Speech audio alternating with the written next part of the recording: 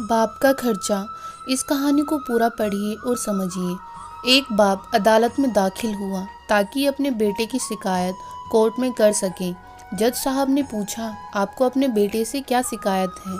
बूढ़े बाप ने कहा कि मैं अपने बेटे से उसकी हैसियत के हिसाब से हर महीने का खर्च मांगना चाहता हूँ। जज साहब ने कहा, वो तो आपका हक है, इसमें सुनवाई की क्या ज़रूरत है? आपके बेटे को हर महीने खर्च देना चाहिए।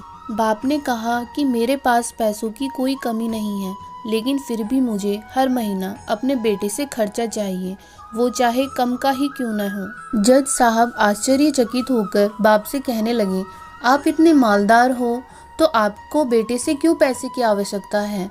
बाप ने अपने बेटे का नाम और पता देते हुए जज साहब से कहा कि आप मेरे बेटे को अदालत में बुलाएंगे तो आपको बहुत कुछ पता चल जाएगा। जब बेटा अदालत में आया तो जज साहब ने बेटे से कहा कि आपके पिताजी आपसे हर महीना खर्चा लेना चाहते हैं, चाहे वह कम क्यों न हो। बेटा भी जज साहब की बात सुनकर आश्चर्यचकित हो गया। कहने लगा, मेरे पिताजी बहुत अमीर हैं, उनके पास पैसे की भला क्या जरूरत है? जज साहब ने कहा, यह आपके पिता की मांग है और वह अपने में स्वतंत्र हैं। पिता ने जज साहब से कहा कि आप मेरे बेटे से कहिए कि वह मुझे हर महीना 100 रुपया देगा, और वो भी अपने हाथों से, और उस पैसे में बिल्कुल भी देरी न करेगा।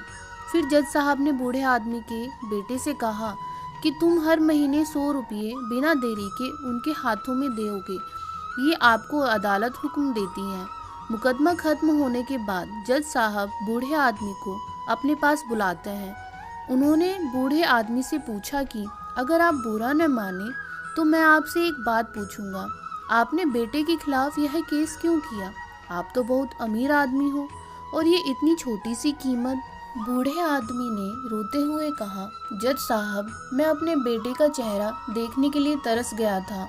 वह अपने कामों में इतना व्यस्त रहता है, एक जमाना गुजर गया, उससे मिला नहीं और ना ही बात हुई, ना आमने सामने और न फ़ोन पर।